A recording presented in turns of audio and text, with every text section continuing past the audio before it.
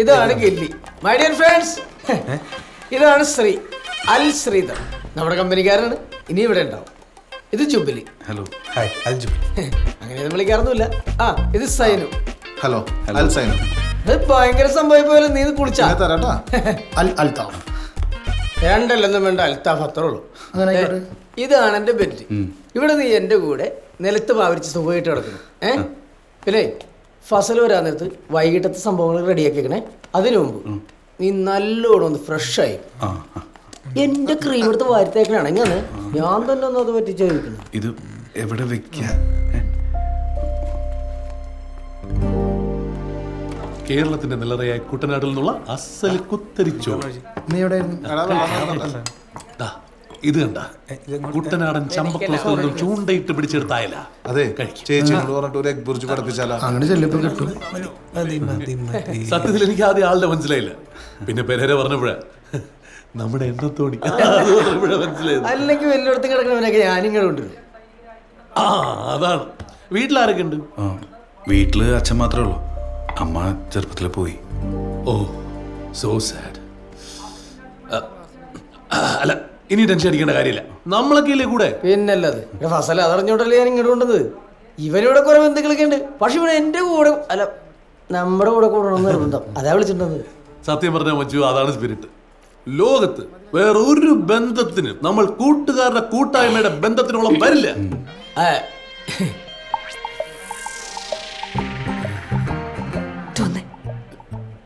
ഞാനൊന്ന് അകത്തോട്ട് പോയിട്ട് വരാം. ആയിക്കോട്ടെ, വിളിക്കുന്നു. ചെറിയ പൊങ്ങനാണെന്നേ ഉള്ളൂ, ബാക്കി സെറ്റപ്പ് ഒക്കെ ഓക്കെയാ. ഇത്രയും പേര് പോരാനിട്ടാണോ ഊരും പേര് ഒന്നും അറിയാത്ത ഒരാളും കൂടെ? സത്യം പറ, നിങ്ങക്ക് എന്തെങ്കിലും കുഴപ്പമുണ്ടോ? ഏയ്, എനിക്കങ്ങനൊന്നുമില്ലടി. എടി, ഇതെനിക്ക് ശരിക്കും അറിയാവുന്ന ആളാണ്. ഞങ്ങൾ ഒരുമിച്ച് എണ്ണത്തോണി. നിങ്ങൾ ഇത് കുറെ നേരം ആയാലും എണ്ണത്തോണി എന്ന് പറയുന്നത് അതെന്താ സാധനം? ആയുർവേദ കോളേജിന്റെ തൊട്ടടുത്താണല്ലോ നമ്മുടെ സ്കൂള്. നമ്മുടെ സ്കൂളിൽ വിളിക്കും. അതെ, നിങ്ങൾക്ക് ആവശ്യം എണ്ണത്തോണിയല്ല, തലയ്ക്ക് നെല്ലിക്ക തളവാ. മുത്തേ, എനിക്ക് സ്കൂളിൽ പഠിക്കുന്ന കാലം തൊട്ട് അറിയാന്നുള്ളാടി അവനെ. അവനൊരു അവസ്ഥയാവണവർ അവനോട് നിന്നോട്ടെ. പിന്നെ ഇക്കാക്ക് ഇതൊക്കെയല്ലേ ഉള്ളൂ. പഴയ സ്കൂള്, പഴയ ഓർമ്മകളുടെ നൊസ്റ്റാൾജിയ, കമ്പനി. നല്ല ബെസ്റ്റ് കമ്പനി. ഇപ്പൊ തന്നെ പഞ്ചപാണ്ഡവന്മാരായി. ഇങ്ങനെ പോയാൽ എണ്ണത്തിൽ കൗരവരാനെ അധികം സമയമൊന്നും വേണ്ട കേട്ടോ. കൗരവർ സിനിമയിലെ ഏത് കഥാപാത്രം? അവർക്ക് സിനിമ മാറിപ്പോയത്. ഓ, മച്ചു.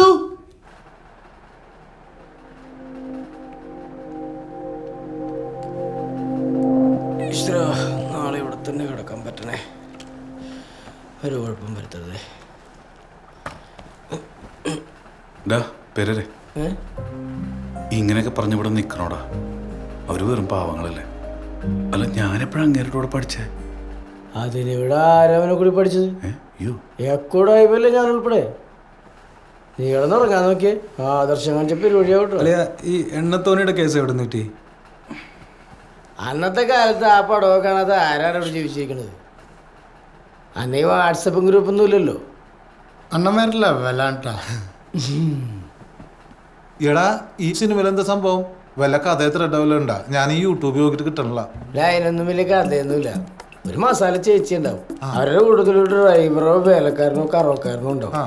ഇന്റർവ്യൂവിൽ ഒരു ഭയങ്കര ഇൻട്രസ്റ്റിംഗ് ആയിട്ട് കഥ കൊണ്ടുപോകും.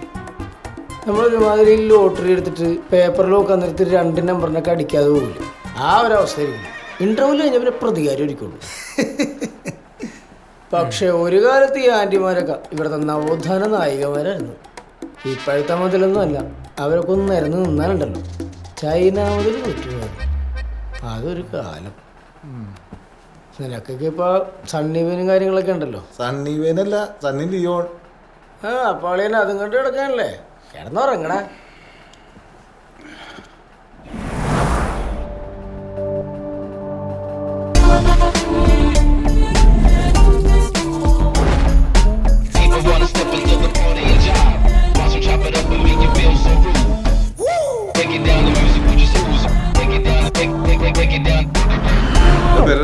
നീ വേറെ റെഡിയാവും, ഞാൻ പുറത്തേക്ക് കേട്ടാ.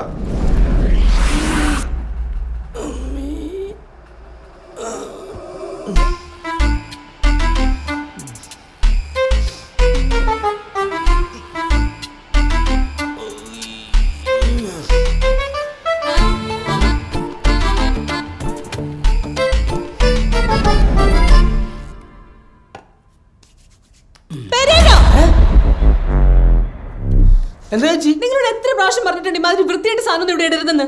വൃത്തിയുടെ സാധനം എന്റെ ഷഡ്ഡിയല്ലേ എന്താ കുഴപ്പം? 2-3 തോളേണ്ടെന്നല്ലേ ഉള്ളൂ. എന്നെ എന്ത് വേണമെങ്കിൽ പറഞ്ഞു, എന്റെ ഷഡ്ഡിയെ കുറ്റം പറയരുത്. ദേ മേലെ ഇത് ആവർത്തിച്ച എന്റെ തനി സ്വഭാവം നിങ്ങൾക്ക് അറിയും. എന്റെ ചേച്ചി ഇത് ഭക്ഷണം കഴിക്കാൻ വേണ്ടി മാത്രം ഉപയോഗിക്കാനുള്ളതല്ല, അല്ലാത്തപ്പോഴും എന്തെങ്കിലും വരം വേണ്ടിയില്ല കൊണ്ട്. അതെ, നിങ്ങളൊന്നും പറഞ്ഞിട്ട് ഒരു കാര്യമില്ല. അങ്ങനെ പറഞ്ഞാൽ മതിയല്ലോ. നാശം പിടിക്കും. കേട്ടോ അതൊന്നും ഇവരൊന്നും എടുക്കാറില്ലെന്ന്.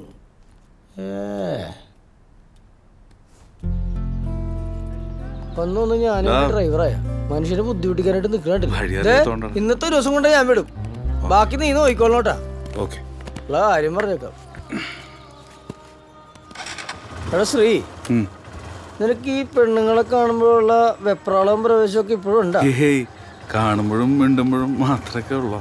അല്ലെങ്കിൽ തൊടാൻ നിൽക്കണ്ട, അവിടെ കുറെ പെമ്പിള്ളേരൊക്കെ ഉള്ള കേസാവും.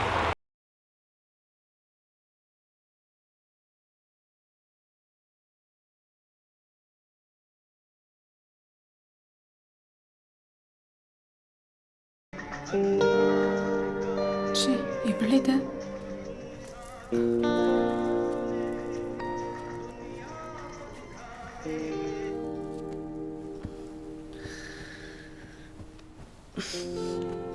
മോളെ, ഇപ്പം നീ അനുഭവിക്കുന്ന മാനസികാവസ്ഥ ചേച്ചിക്ക് മനസ്സിലാഞ്ഞിട്ടല്ല. ഇതിൽ നിന്ന് നിനക്ക് എപ്പോഴായാലും റിയൽ ലൈഫിലേക്ക് തിരിച്ചു വന്നേ മതിയാവും. ഒരു കാര്യം മാത്രം, നീ ഈ ചുറ്റുവട്ടത്തേക്കൊന്ന് കണ്ണോടിച്ചേ. നിന്നേക്കാൾ പ്രശ്നങ്ങൾ അനുഭവിക്കുന്ന പല ജീവിതങ്ങളെ നമുക്ക് കാണാൻ പറ്റും. അതിൻ്റെ ഏറ്റവും വലിയ ഉദാഹരണമല്ലേ നിന്റെ മുന്നിലിരിക്കുന്ന ഈ ഞാൻ തന്നെ.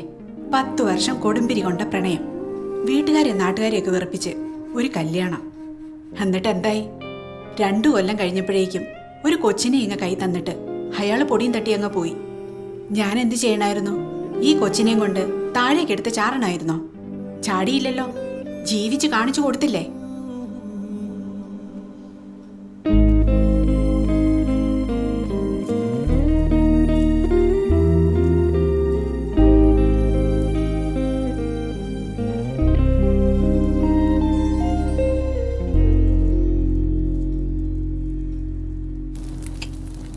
അങ്ങനെയുണ്ട് മുരിഞ്ഞ. അതെ, ഇവിടെ എന്താ പരിപാടി? അപ്പൊ നീ ഒന്നും അറിഞ്ഞില്ലേ? ഇല്ല. എടാ ഫസല് ബാപ്പേകം പോണേന്ന്. ആണോ? അതിന്റെ സന്തോഷമാണിത്. നീ വന്നേ പിന്നെ ഈ ഭാഗ്യമൊക്കെ ഉണ്ടായിരുന്നു ഞാൻ വെച്ച് തട്ടിയിട്ടുണ്ട്.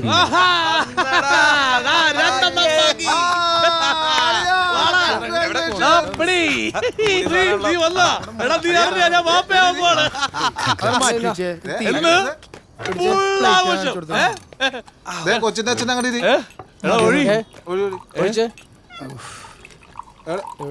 ഗ്ലാസ്സിൽ ഞാൻ കൊണ്ടുവരാം. നല്ല ഡീലായിരുന്നല്ലേ.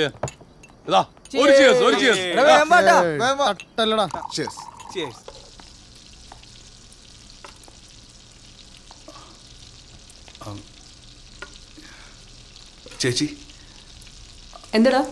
മോളിലേക്ക് കുറച്ച് ഐസ് കൊണ്ടുവരാൻ പറഞ്ഞു. ഇതാ ഫ്രിഡ്ജിലുണ്ട്, എടുത്തോ.